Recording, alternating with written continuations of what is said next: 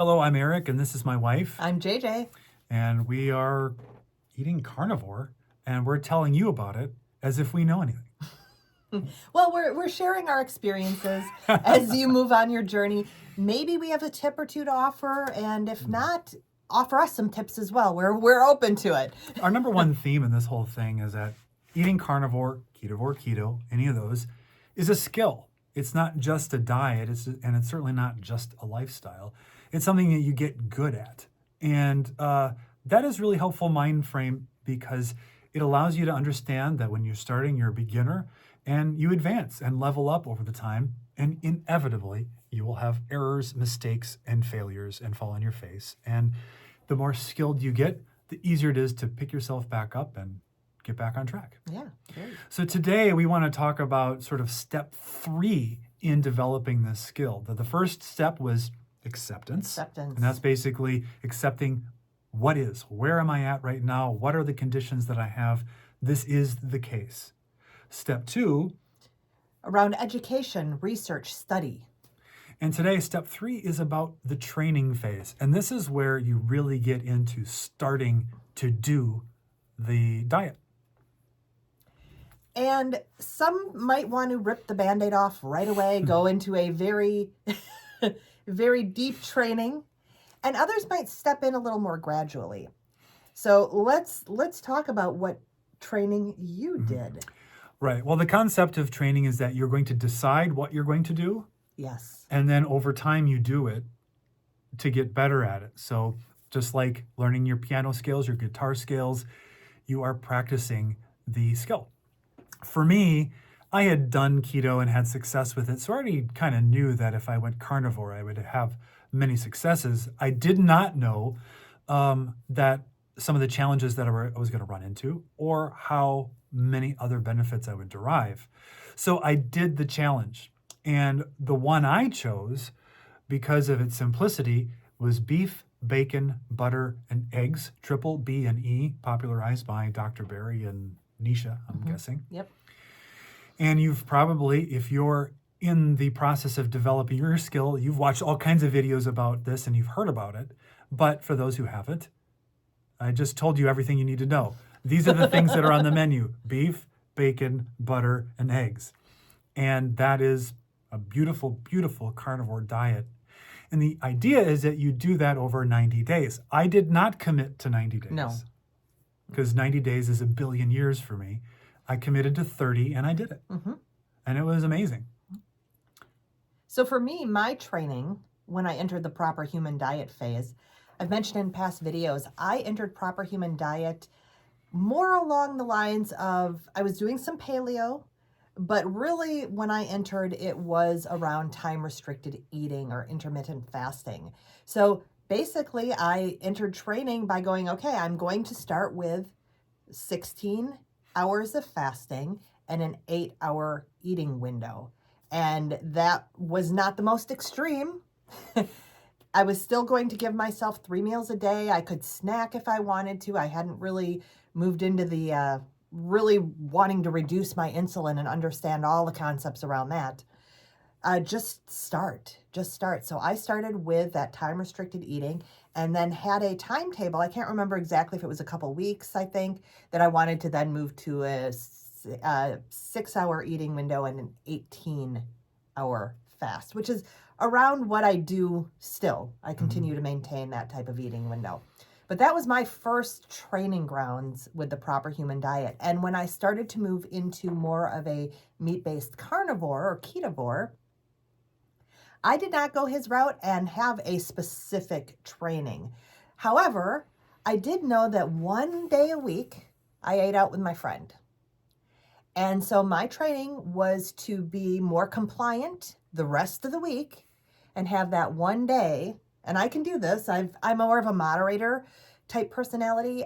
So I had that one day of week that was sort of, I didn't go overboard crazy because I'd already been fasting for quite a while at that point. So I narrowed my focus of foods already. This was all very natural evolution for me. So that day, though, I could eat off plan. And the rest of the week I was eating pretty much carnivore. So as you train and you make mistakes and you recover from them and you realize maybe some foods are not agreeing with you, you make adjustments, and that's how the skill builds. One of the things I was not expecting when I was doing beef, bacon, butter, and eggs was that my guts were not ready for the proper human diet. Oh, yes. They were ready for the sad diet. They wanted to be sad. They wanted me to be sad. My gut flora was through an absolute revolt. Yeah. And they said, fine, we will give you an involuntary cleanse when you least need it.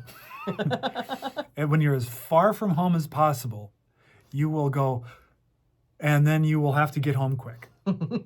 But because I had done the study phase of developing the skill, I knew this was a thing, and I was moderately prepared for it and patient with it until it finally resolved itself. Yeah.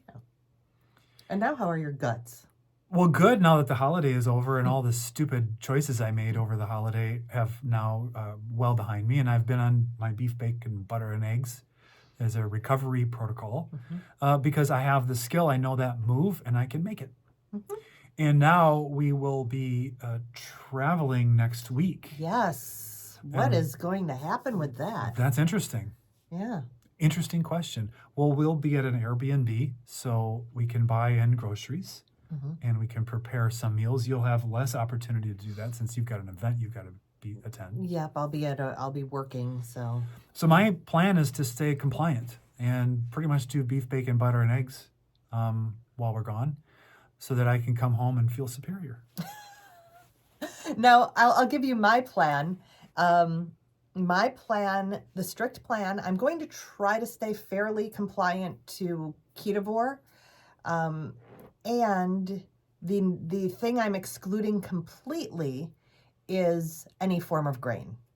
I'm going to keep grains out of the diet completely. So no gluten-free pizzas. No gluten-free pizzas or pastas or, I'll just have a piece of toast with my breakfast because I might be having some breakfast. How about a gluten-free cheesecake?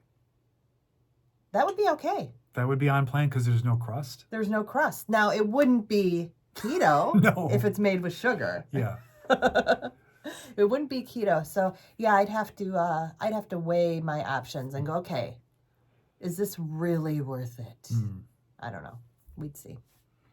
But the number one non-negotiable, Laura Spath, Carnivore, talks about that. My non-negotiable this month is that there will be no grains, period. Well, sounds like a good plan. Yeah, yeah. This is January, and we're already far into it already. I mean, good week and a half or so. Yeah. Yeah.